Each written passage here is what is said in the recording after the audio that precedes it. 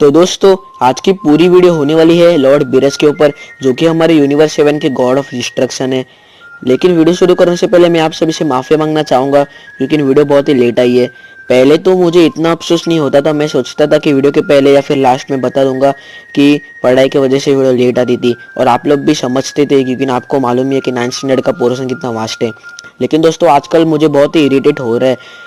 मतलब दोस्तों मैं तंग आ जाता हूँ कभी कभी इस पढ़ाई से। सोचता हूँ कि वीडियो नहीं बन रही, कुछ करने को टाइम ही नहीं मिल रहा है, सिर्फ पढ़ाई पढ़ाई पढ़ाई। क्या करूँ दोस्तों, अभी 9th स्टैंडर्ड कैसे तो ये एक्सेल निकालना है, अभी वो भी ख़त्म होने को आया है। फिर दोस्तों मैं तो फ्री हो जाऊँगा और आपके लिए डेली वीडियो अपलोड करता रहूँगा। तो अभी हम बिना कोई टाइम वेस्ट किए बढ़ते हैं हमारे मेन वीडियो की तरफ। पहले ही मैंने वीडियो बहुत ही लंबी खींच ली, तो दोस्तों सॉरी। अभी हम बढ़ते हैं हमारे मेन वीडियो की तरफ।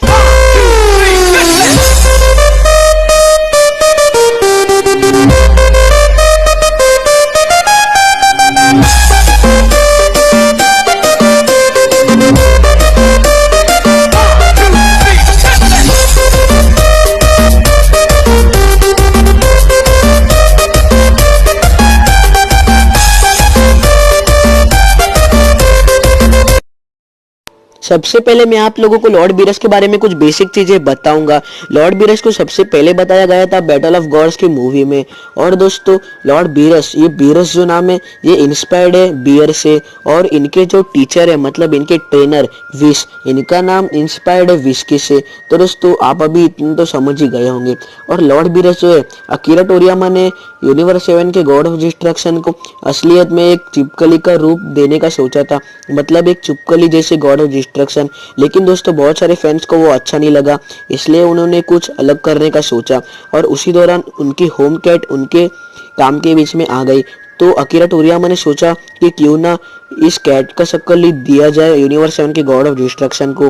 तो दोस्तों ऐसे क्रिएट हुए यूनिवर्स 7 के गॉड ऑफ डिस्ट्रक्शन, जो कैट की तरह दिखते हैं, और बहुत सारे फैंस को ये डिजाइन अच्छा भी लगा। इसलिए दोस्तों ये ही कंफर्म हो गया कि यूनिवर्स 7 के गॉड ऑफ डिस्ट्रक्शन एक कैट की तरह दिखेंगे। और लॉर्ड बीरस के भाई चंपा, वो भी एकदम कैट की तरह दिखते हैं, लेकिन वो जरा मोटे हैं। और लॉर्ड बीरस का जो प्लेनेट है वो किंकाई के प्लेनेट से 26 या फिर 27 मिनट दूर है, और वो उल्टे पिरामिड की तरह है, जिसके टॉप में एक पेड़ जैसे कुछ है। दोस्तों अभी आप जिसे देख सकते हैं ये है लॉर्ड बीरस का प्लेनेट। और दोस्तों इस प्लेनेट में जितने भी लोग रहते हैं वो सब लोग एनिमल्स की तरह दिखते हैं, और इसमें एक बहुत बड़ा एक्वेरियम है, और इसमें बहुत सारा खाना भी स्टोर्ड है। बीरस को बहुत खतरनाक बताया गया है। पूरे ड्रैगन बॉल सुपर की सीरीज में हम लोगों ने देखा था कि ड्रैगन सेंद्रॉन भी डरते हैं लॉर्ड बीरस से, और फ्रीजा भी डरता है लॉर्ड बीरस से। जब गोकू और फ्रीजा की फाइट शुरू थी, तब जब फ्रीजा की नजर गई लॉर्ड बीरस के ऊपर, तब वो बहुत डर गया था। तो इससे ही हम लोग लॉर्ड बीरस की असली ताकत का अंदाजा लगा सकते हैं। और बैटल ऑफ गॉड्स की मूवी में गोकू के साथ लड़ते समय भी लॉर्ड बीरस ने सिर्फ अपना 50 या फिर 70% ही यूज किया था, और उसमें हम लोगों को पता चलता है कि लॉर्ड बीरस के साथ बहुत पोटेंशियल एनर्जी है। लॉर्ड बीरस की असली ताकत का राज है उनके टीचर विश, लेकिन वो कभी भी विश को अपना टीचर की तरह नहीं मानते, सिर्फ अपने असिस्टेंट की तरह या फिर अपने दोस्त की तरह ही मानते। लेकिन लॉर्ड बीरस के पास जितनी भी अभी ताकत है, ये सब कुछ विश की वजह से ही है। लॉर्ड बीरस का स्वभाव एकदम गुस्से वाला है, मतलब जरा सी बात पे प्लैनेट्स वगैरह को डिस्ट्रॉय कर देना। आप लोगों ने बैटल ऑफ गॉड्स की मूवी में देखी होगी कि मार्जिन बू उनको पुडिंग नहीं दे रहा था, इसके लिए वो पूरे प्लेनेट को तबाह करने को उठे थे। प्लेनेट अर्थ तो सिर्फ तबाह होने वाला था कि गोकू ने बचा लिया प्लेनेट अर्थ को। और दोस्तों उन्होंने एक बार किंकाई के प्लेनेट को भी डिस्ट्रॉय कर दिया था पूरी तरह, क्योंकि वो एक गेम में हार गए थे। और दोस्तों एक और भी है, आप लोगों ने ड्रैगन बॉल सुपर की किसी एपिसोड में देखा ही होगा, मुझे भी वो इतना याद नहीं आ रहा, कि उन्होंने पूरा प्लेनेट तबाह कर दिया था। मतलब गलती से हो गया उनसे, उनको छींक आई और उनकी छींक की वजह से एक पूरा प्लेनेट तबाह हो गया था। गोकू और वेजिटा भी इसको देख के हैरान हो गए थे। तो दोस्तों यही है लॉर्ड बीरस की असली ताकत। और मैं आपको एक और बात बता दूं कि लॉर्ड बीरस स्टार्टिंग से ही फ्रीजा और सायाजेंस इन दोनों पे बहुत गुस्सा होते थे। वो तो कभी बताया नहीं ड्रैगन बॉल सुपर वालों ने, लेकिन इतना सिर्फ बताया कि वो स्टार्टिंग से ही फ्रीजा और सायाजीन से बहुत गुस्सा होते थे। और दोस्तों बहुत लोग ये भी मानते कि जैसे अभी हम लोगों को मालूम है कि लॉर्ड बीरस ने कहा था फ्रीजा को प्लैनेट वेजिटा डिस्ट्रॉय करने के लिए, लेकिन बहुत लोगों का मानना है कि ये मिस अंडरस्टैंडिंग है। मतलब दोस्तों लॉर्ड बीरस ने कभी नहीं कहा था फ्रीजा से प्लैनेट वेजिटा डिस्ट्रॉय करने के लिए। बहुत लोग कहते कि जो लोग सबटाइटल्स क्रिएट करते हैं इंग्लिश में वो लोगों से गलती हो गई है सबटाइटल्स बनाते समय, या फिर जो लोग लॉर्ड बीरस को साउंड ओवर करते हैं वो लोगों से गलती हो गई है। लॉर्ड बीरस ने कभी नहीं कहा था फ्रीजा से प्लेनेट वेजिटा को डिस्ट्रॉय करने के लिए, बस वो सायाजिन से गुस्सा करते थे। लॉर्ड बीरस ने कभी भी ऑर्डर नहीं दिया था फ्रीजा को, बल्कि लॉर्ड बीरस ने विश से कहा था कि अगली बार जब भी हम लोग फ्रीजा से मिले तो फ्रीजा को मार देना। मतलब दोस्तों अगली बार जब भी फ्रीजा और लॉर्ड बीरस की मुलाकात हो तो लॉर्ड बीरस फ्रीजा को मार देंगे, ऐसा लॉर्ड बीरस ने विश से कहा था। और तभी विश की भी कोई आपत्ति नहीं थी। तो दोस्तों आप समझ ही रहे होंगे कि मैं क्या कह रहा हूँ।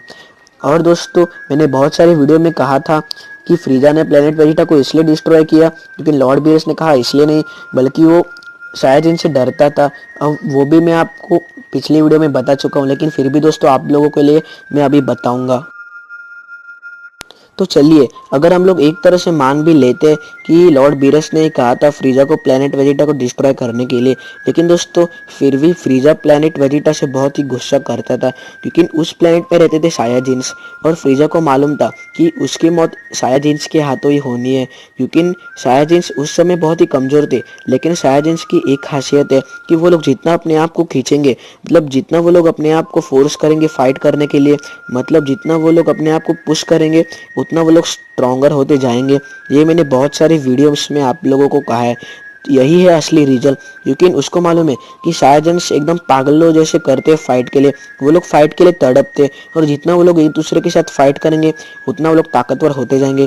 और अगर वो लोग ताकतवर हो गए तो वो एक दिन फ्रीजा के लिए प्रॉब्लम हो सकती है, इसलिए उसने प्लेनेट वेजिटा को डिस्ट्रॉय कर दिया। और दोस्तों ये मैंने बहुत वीडियोस में आप लोगों को कहा है, लेकिन फिर भी मैं इस वीडियो में कह रहा हूँ क्योंकि जो नए व्यूवर्स है उनको फ़ायदा होगा। तो दोस्तों आप समझ गए होंगे कि अगर लॉर्ड बीरस ने कहा नहीं होता फिर भी फ्रीजा को प्लेनेट वेजिटा को डिस्ट्रॉय करना ही है, और दोस्तों उसने वैसा ही किया। बीरस का स्वभाव कुछ अलग ही है।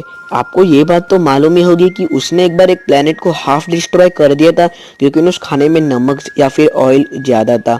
दोस्तों बीरस का एटीट्यूड कुछ अलग ही लेवल का है। उसने एक बार गोकू को भी ऑफर किया था गॉड ऑफ डिस्ट्रक्शन बनने के लिए, लेकिन गोकू ने उस ऑफर को नाकार कर दिया। वो इसलिए क्योंकि गॉड ऑफ डिस्ट्रक्शन मॉर्टली होते हैं, वो लोग भी मर सकते हैं लेकिन वो लोग इतने जल्दी नहीं मरते। ये बात साफ क्लियर है कि गॉड ऑफ डिस्ट्रक्शन 100% मॉर्टल है, बस इतना कि वो लोगों की पावर अलग रहती है और वो लोग भी मर सकते हैं लेकिन इतने जल्दी नहीं, जरा सा लेट, क्योंकि वो लोग गॉड ऑफ डिस्ट्रक्शन है और वो लोगों को अपना यूनिवर्स संभालना पड़ता है और मरने के पहले वो लोगों को पहले ही एक गॉड ऑफ डिस्ट्रक्शन को अपॉइंट करना पड़ता है जो आगे जाके उनकी यूनिवर्स की रक्षा करे या फिर उनके यूनिवर्स पे ठीक तरह ध्यान दे जैसे वो लोग रखते थे। इसके लिए वो लोगों को अच्छे दिल के गॉड ऑफ डिस्ट्रक्शन लगते हैं जो आगे जाके उनका स्वभाव कैसे भी बने, लेकिन स्टार्टिंग में वो लोगों का स्वभाव अच्छा रहना चाहिए। इसलिए बीरस ने गोकू को चुना लेकिन गोकू ने उसको ना कह दिया। और दोस्तों एक और बात है, लॉर्ड बीरस का जो फाइटिंग टेक्निक है वो कोरियन फाइटिंग टेक्निक है जिसका नाम है हाप्किडो। और अकीरा टोरियामा ने लॉर्ड बीरस के लिए ये फाइटिंग टेक्निक इसके लिए चुनी क्योंकि इस फाइटिंग टेक्निक में अपोनेंट के जो जॉइंट्स रहते हैं वो लॉक हो जाते हैं। हम लोगों ने देखा था बैटल ऑफ गॉड्स की मूवी में कि जब लॉर्ड बीरस जी फाइटर के साथ फाइट करते हैं तब उनके जॉइंट्स लॉक हो जाते हैं और ये गॉड ऑफ डिस्ट्रक्शन के ऊपर बहुत ही शूट करती है। और अकीरा टोरियामा ने इस फाइटिंग टेक्निक को जिसका नाम है कोरियन हाप्किडो इसे इसलिए चूज़ किया क्योंकि गॉड ऑफ डिस्ट्रक्शन बीरस ये जो है ये बहुत ही पतले टाइप के, मतलब बहुत ही स्काइनी टाइप के, और इनके ऊपर ये टेक्निक बहुत ही शूट करती है। इसके लिए अकीरा टोरियामा ने बहुत सोच समझ के इस टेक्निक को लॉर्ड बीरस को यूज़ करते दिखाया है इस एनिमेशन में। तो दोस्तों यही है लॉर्ड बीरस की फाइटिंग टेक्निक के बारे में इंफॉर्मेशन। और दोस्तों एक इंटरव्यू में अकीरा टोरियामा ने खुद कहा था कि अगर हम लोग गोकू विश और बीरस की पावर लेवल कंपेयर करें आउट ऑफ 15 तो गोकू की पावर लेवल रहेगी 6, बीरस की रहेगी 10 या फिर 11 और विश की रहेगी 15। इसका मतलब दोस्तों विश ही ताकतवर है बीरस और गोकू से। और बीरस ने खुद भी कहा था कि नो मैटर हाउ पावरफुल और brave you are there will be someone who will be more powerful than you. इसका मतलब दोस्तों ये कि तुम कितने भी महान बन जाओ लेकिन तुमसे भी बड़ा महान कोई ना कोई तो रहेगा इस पूरी यूनिवर्स में। और दोस्तों हमें ये देखने भी मिल रहा है ड्रैगन बॉल सुपर में जेनोसामा के गार्डियंस, ग्रैंड प्रीस्ट और दूसरे अदर एंजल्स, ये सभी लोग गॉड ऑफ डिस्ट्रक्शन से ज्यादा ताकतवर है। और एक बात है गॉड ऑफ डिस्ट्रक्शन के बारे में, चाहे कितना भी गॉड ऑफ डिस्ट्रक्शन ताकतवर क्यों ना हो, चाहे वो कोई भी हो, उसको कभी ना कभी तो मरना ही है, लेकिन वो लोग इमॉर्टल नहीं है। जितने भी गॉड ऑफ डिस्ट्रक्शन है ये सभी लोग मॉर्टल है, इसलिए उन्हें कभी ना कभी तो मरना ही है। अभी आपको मॉर्टल का मीनिंग तो मालूम ही होगा। मॉर्टल मतलब जो कभी ना कभी तो मरेगा, और इमॉर्टल मतलब जो कभी नहीं मर सकता, चाहे उसे इरेज किए फिर भी वो कहीं ना कहीं तो रहेगा। तो दोस्तों यही थी आज की वीडियो। अगर आपको वीडियो अच्छी लगी तो प्लीज़ वीडियो को लाइक कीजिए, मेरे चैनल को सब्सक्राइब कीजिए, इस वीडियो को ज़्यादा से ज़्यादा शेयर कीजिए और कमेंट करके बताइए आपको ये वीडियो कैसी लगी। तो चलिए दोस्तों, मैं आप सभी लोगों से मिलता हूँ अगली वीडियो में। तब तक के लिए सायोनारा और गुड बाय।